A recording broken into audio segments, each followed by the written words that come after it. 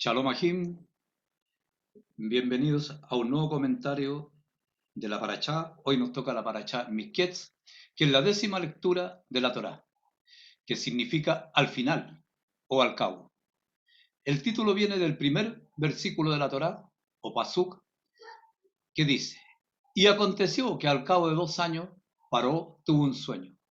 Y aquí soñó que estaba de pie junto al Nilo, y de pronto del Nilo subieron 7 vacas, de hermoso aspecto y gordas, y pactan en el carrizal. Bereshit 41, 1, 2. Los temas tratados en la porción los podemos dividir de la siguiente manera. Joseph interpreta los 2 sueños de Paró y predice 7 años de prosperidad seguidos de 7 años de hambruna. Paró pone a Joseph a cargo de la recolección y distribución de alimentos. Joseph se casa con Asenat y tienen 2 hijos, Menaché y Efraín. Cuando los hermanos de Joseph vienen a Misrai en Egipto a comprar comida durante la hambruna, Joseph los acusa de ser espías. Mantiene a Chimeón prisionero mientras el resto de los hermanos regresan a Canaán para recuperar a Benjamín para él. Los hermanos regresan a Misraim con Benjamín y por más comida. Joseph continúa la prueba, esta vez acusando falsamente a Benjamín de robar y declarando que Benjamín debe seguir siendo su esclavo. Y de esta lectura podemos iniciar nuestro diálogo analizando primeramente esta premisa. Joseph interpreta los 2 sueños de Faraón y predice 7 años de prosperidad seguidos de 7 años de hambruna. Bereshit 41, 1, 4. Y aconteció que al cabo de 2 años, Faraón tuvo un sueño, y aquí soñó que estaba de pie junto al Nilo. Y de pronto del Nilo subieron 7 vacas de hermoso aspecto y gordas, y pacían en el carrizal. Pero aquí otras 7 vacas de mal aspecto y flacas subieron del Nilo, detrás de ellas, y se pararon junto a las otras vacas a la orilla del Nilo. Y las vacas de mal aspecto y flacas devoraron las 7 vacas de hermosos aspectos y gordas. Entonces Faraón despertó. Bueno, siguió durmiendo el Faraón y tuvo otro sueño. Y he aquí que 7 espigas menudas y quemadas por el viento solano brotaron después de aquellas, y las espigas menudas devoraron a las 7 espigas gruesas y llenas. Entonces Faraón despertó y he aquí era un sueño. Bereshit 41, 6, 7. Me olvidé de un versículo ahí. Cuando nacen las espigas buenas. Pero bueno. El relato indica que Paró tuvo 2 sueños y se da cuenta de que algo encierran ya que se turbó su espíritu.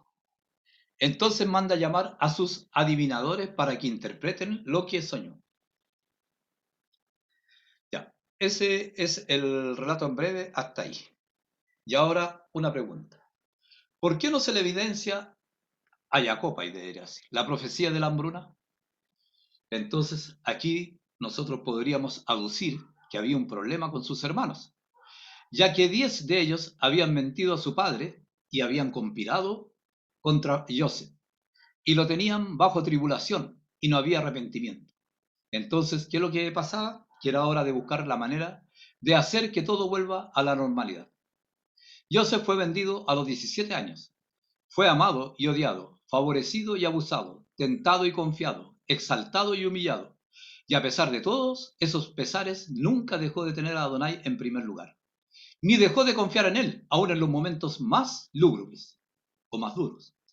Jacob pasó todo el tiempo en engaño, en tribulación y pensando en su hijo amado. Ambas cosas tenían su precio y obviamente sus hermanos tenían que pagar y llegar al arrepentimiento sincero. Si nuestro padre hubiese tratado el problema de los 7 años de abundancia y los 7 años de escasez con Jacob, este drama no habría sido superado. Y los hermanos cometieron el error de codiciar lo que Joseph había conseguido en vez de asemejarse a él. Nosotros sabemos que el Eterno lo que va a hacer siempre le avisa a sus siervos. Aquí en este caso no ocurrió siendo Jacob siervo del Eterno. ¿Y por qué? Por lo que ya hemos enunciado. Entonces decimos Shemot 20:17. No codiciarás la casa de tu prójimo, no codiciarás la mujer de tu prójimo, ni su siervo, ni su criada, ni su buey, ni su asno, ni cosa alguna de tu prójimo. Bereshit 4:6-7. Entonces Adonai dijo a Caín: ¿por qué te has ensañado? ¿Y por qué ha decaído tu semblante?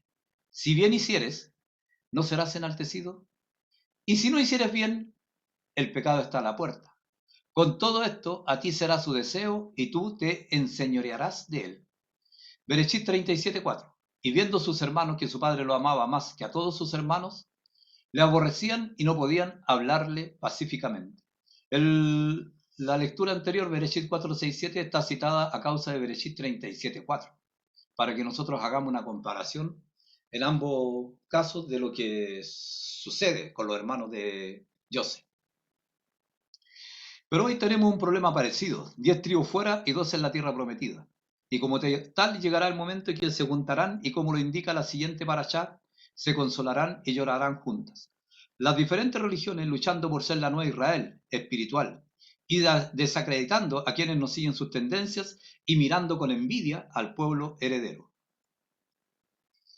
Joseph se mantuvo incólume y no cedió en su en una fe, a pesar de todos los traspiés: haber sido envidiado por sus hermanos, vendido sin conmiseración, acusado falsamente y olvidado durante 2 años por el copero. También obligado a casarse con Asenat, hija de Potífera, sacerdote de On, o sea, un esposo idólatra. ¿Y eso sería tan así? Asenat, su nombre significa devota de la diosa Neit. Caramba. La diosa Neit tuvo una de las etapas de importancia más largas en el antiguo panteón egipcio. Fue venerada desde principios de la era predinástica hasta la llegada del gobierno romano.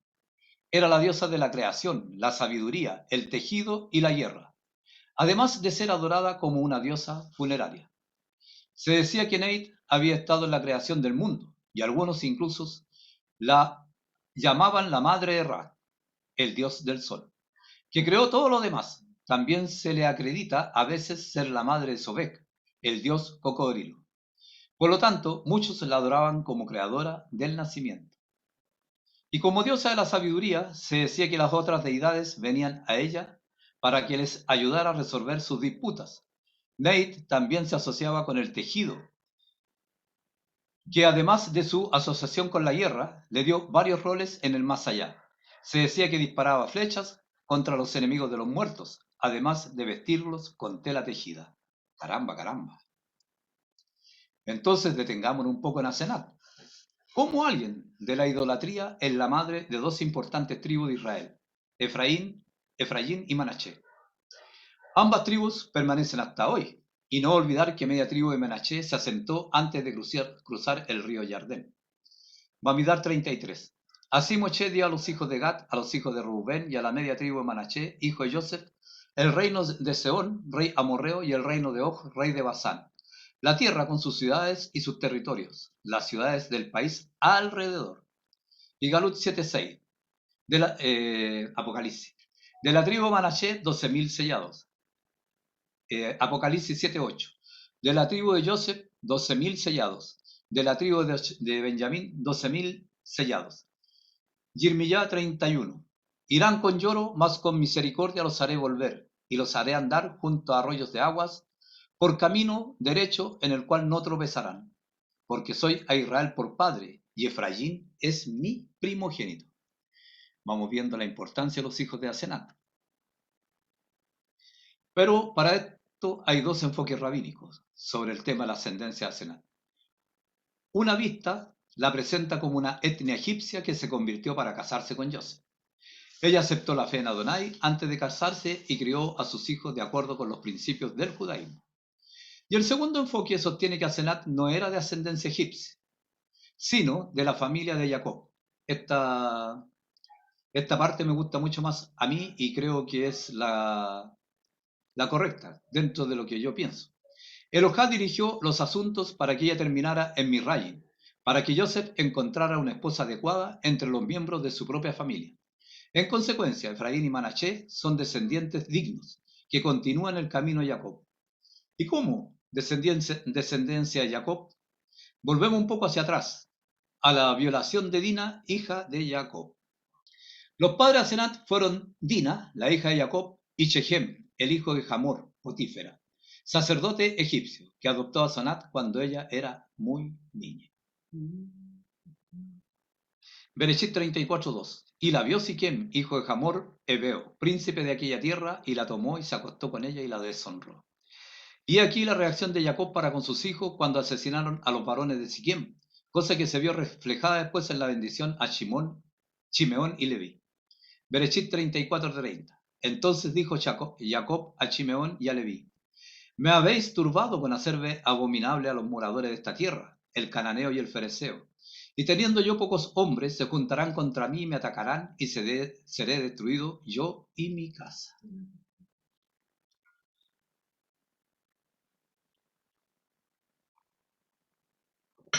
Toda.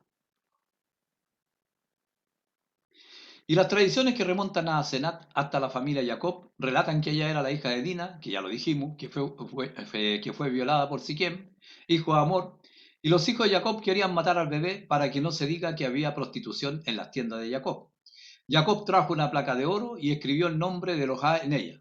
Según otra tradición, escribió en él el episodio con Siquem. Escribió en él el episodio con Siquem. Y Jacob colgó el plato alrededor del cuello de Senat y la despidió. Elohá envió al ángel Miquel para que la trajera a la casa de Potífera en Egipto. Y según otra tradición, Dina dejó a Senat en el muro de Egipto. Ese día Potífera salió a caminar cerca del muro con sus jóvenes y escuchó el llanto del bebé. Cuando le llevaron al bebé, vio la placa y el registro del episodio. Potífera dijo a sus sirvientes: Esta niña es hija de grandes. Y no se equivocó.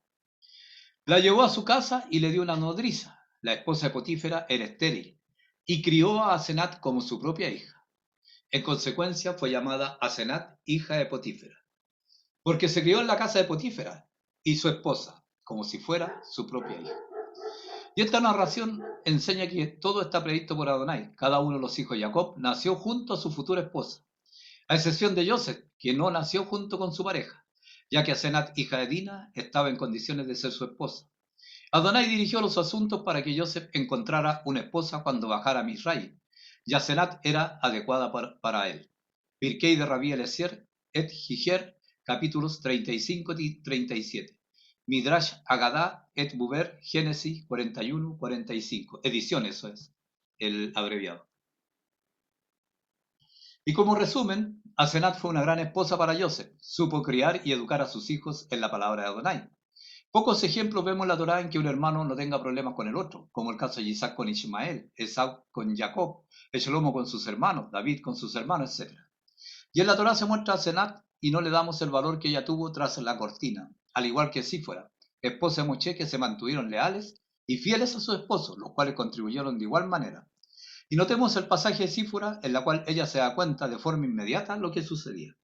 Shemot 4, 24, 26.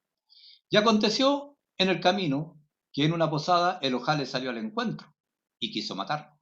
Entonces Séfora tomó un pedernal afilado y cortó el prepucio de su hijo y lo echó a sus pies diciendo: A la verdad tú me eres un esposo de sangre. Así le dejó luego ir. Y ella dijo: esposo de sangre a causa de la circuncisión. Estos pasuquín merecen gran atención por lo que explica, pero eso será otro día, cuando me lo den de tarea nuevamente. Jacob pidió los hijos de Joseph, nacido en Egipto, como hijos de él, y los bendijo. Bereshit 48:5. Y ahora tus dos hijos, Efraín y Manaché, que te nacieron en la tierra de Misraim, antes de que viniese a ti, a la tierra de Egipto, míos son. Como Reubén y Chimeón, serán míos. Lo que dice Jacob sobre Efraín y Manaché, como Reubén y Chimeón, sus primeros hijos, nosotros sabemos que son los hijos del vigor. Hay un escrito en forma de novela sobre Jacob y Asenat. José y Joseph y Asenet es una obra escrita en lengua griega, de autor anónimo, que a pesar de haber sido olvidada por los estudiosos del mundo clásico, logró popularidad durante varios siglos. Se transmitió a través de 4 familias de manuscritos griegos y fue traducida al eslavo, siríaco, armenio, rumano, latín. En latín 2 versiones: inglés, copto y armenio. Es un relato apócrifo judeo-helenista escrita en la comunidad de Alejandría en los años de Yeshua, siglo I DC. Y si alguien quiere ver más, se puede ver un comentario en csalazar.org/2016, 10 del 23, el libro de Joseph y Asenet. Eso es uno de tantos comentarios que hay, pero ese quizás sea uno de los que más me gustó a mí, pero por eso lo puse, pero ustedes pueden buscar muchos más. Entonces, volviendo a Joseph. Cuando los hermanos de Joseph vienen a Misraim, a Egipto, a comprar comida durante la hambruna, Joseph los acusa de ser espías. Mantiene a Chimeón prisionero mientras el resto de los hermanos regresan a Canaán para recuperar a Benjamín para él. Joseph pasó 12 años encarcelado y por diferencia, ya que tenía 30 años cuando fue liberado, entonces trabajó un año con Potifar. Y se dice que estuvo 10 años, uno por cada hermano, a causa de los informes que él hacía. Y también por la parte de Machías ben Yosef, que tenía que sufrir por cada tribu de Israel. Hay 2 años que obedecen a la resurrección del Machías después de 2 días. O sea, 6:2. Nos dará vida después de 2 días. En el tercer día nos resucitará y viviremos delante de él. Puede que Joseph no se haya acordado de su familia, ya que no hay ningún relato que haga mención a ello. Pero veamos. Si seguimos la narración de la Torá, el nombre de su primer hijo es Menaché y el segundo Efraín. Bereshit 41, 51 al 52. Y llamó Joseph el nombre del primogénito Manaché, porque dijo, Elohá me hizo olvidar todo mi trabajo y toda la casa de mi padre. Y llamó el nombre del segundo Efraín, porque dijo, Elohá me hizo fructificar en la tierra de mi aflicción. Pero sería tan así en por qué, en este caso, cada vez que los nombra, se acuerda de su familia y de su tierra. Por tanto, siempre estuvo pendiente de ellos, y a pesar de tener su ruach constricto, ya que hay una carga en su corazón, siempre realizó sus tareas con éxito. Por esa causa, nuestro Mashiach nos recomienda que cuando tengamos algo en nuestro ruach, antes lo aclaremos y no nos quedemos con eso.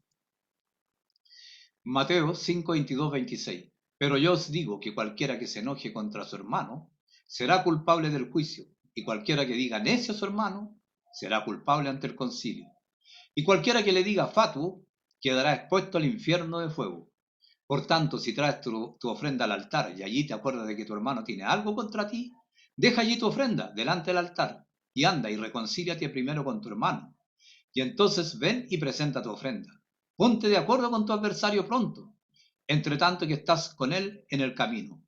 No sea que el adversario te entregue al juez y el juez al alguacil y seas echado en la cárcel. De cierto te digo que no saldrás de allí hasta que pagues el último cuadrante.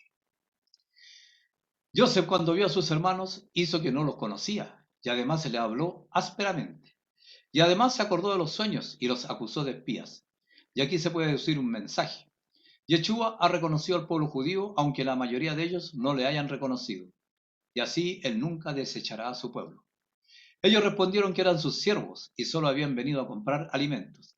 Y lo que sigue en la lectura de la Torá es realmente una confesión. Bereshit 42, 11, 13. Todos nosotros somos hijos de un varón, somos hombres honrados, tus siervos. Nunca fueron espías, pero Joseph les dijo, no, para ver lo descubierto del país habéis venido. Y ellos respondieron, tus siervos somos, 2 hermanos, hijos de un varón en la tierra de Canaán, y aquí el menor está hoy con nuestro padre. Y otro no parece. Estas 4 palabras destacadas indican que no sabían de Joseph y solo se atrevieron a dar una información.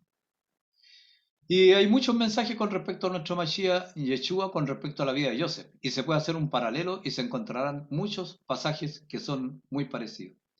Joseph puso a sus hermanos en la cárcel por 3 días, pero los sacó y les confesó que él también temía a Adonai. Tan turbados estaban los hermanos que no se dieron cuenta de este mensaje. Y así es hoy toda la turbación por las diferentes enseñanzas.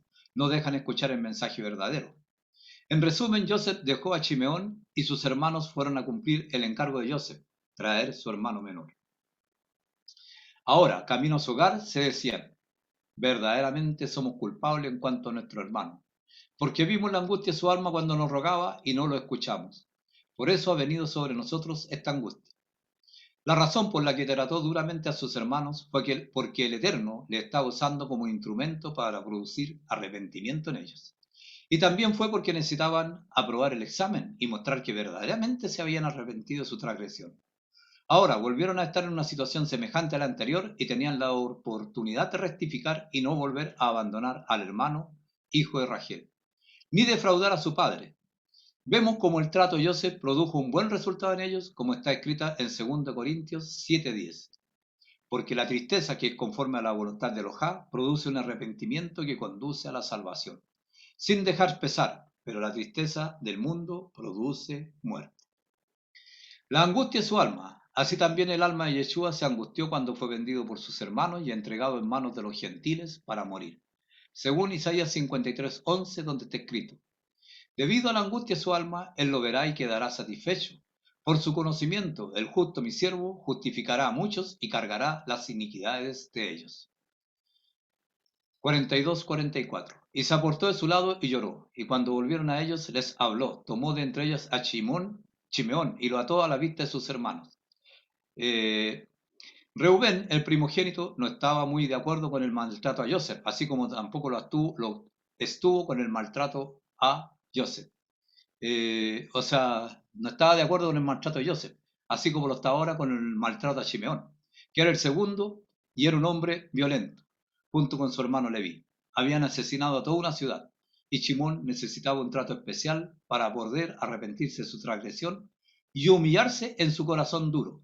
Y esta fue la razón por la que Joseph le tomó a él y lo encerró. Efesios 4, 22-27. En cuanto a la pasada manera de vivir, despojaos del viejo hombre, que está viciado conforme a los deseos engañosos, y renovaos en el ruaj de vuestra mente, y vestidos del nuevo hombre, creados según Elohá en la justicia y santidad de la verdad. Por lo cual, desechando la mentira, hablad verdad cada uno con su prójimo, porque somos miembros los unos de los otros. Airaos, pero no pequéis. No se ponga el sol sobre vuestro enojo, ni deis lugar al enemigo. Los hermanos debían nacer como nuevos hombres y dejar la mentira sobre su hermano, y hacer su techuá, arrepentimiento sincero. Pero todos estos eran tragos amargos para Joseph, ya que su actuación lo hacía llorar. Y para concluir, en esta ocasión hemos visto a Zenet como una gran mujer tras ese hombre elegido por el Eterno llamado Joseph, cómo criaron a sus hijos y la importancia para el pueblo judío en su historia, y cómo los Midrashim apoyan la lectura de la palabra. Varias veces hemos dicho que la historia y costumbre del pueblo de Israel van arraigadas a la lectura de la Torá, ya que muchos episodios no se entenderían sin el complemento y la explicación de nuestros jacamín.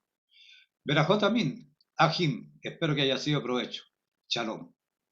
Todá.